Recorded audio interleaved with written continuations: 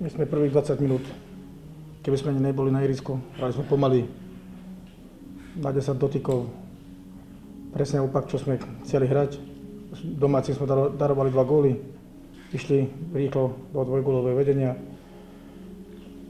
Potom od 25. minúte sme začali hrať, dali sme kontaktný gól, mali sme tam ďalšiu 100% šancu, čo sme nevyužili.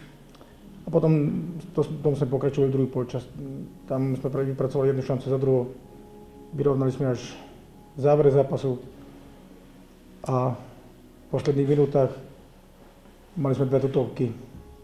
Chlapci chceli hrať na víťazstvo. Nakoniec sme tam urobili jednu chybu zas v 90. minúte.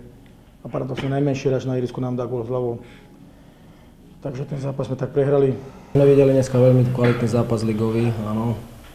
Dá sa povedať so šťastným koncom pre nás, ale myslím si, že prvý polčas sme boli lepší tým od tých 30 minút. Vypracovali sme si tam 3-4 čisté gólové šance. Škoda, že sme nevyužili ešte viac, jak 2 góly. Potom vedeli sme, že super má svoju kvalitu. Super ovládol potom na časť zápasu hru, áno, na tých, dá sa povedať, 15 minút. Znížil.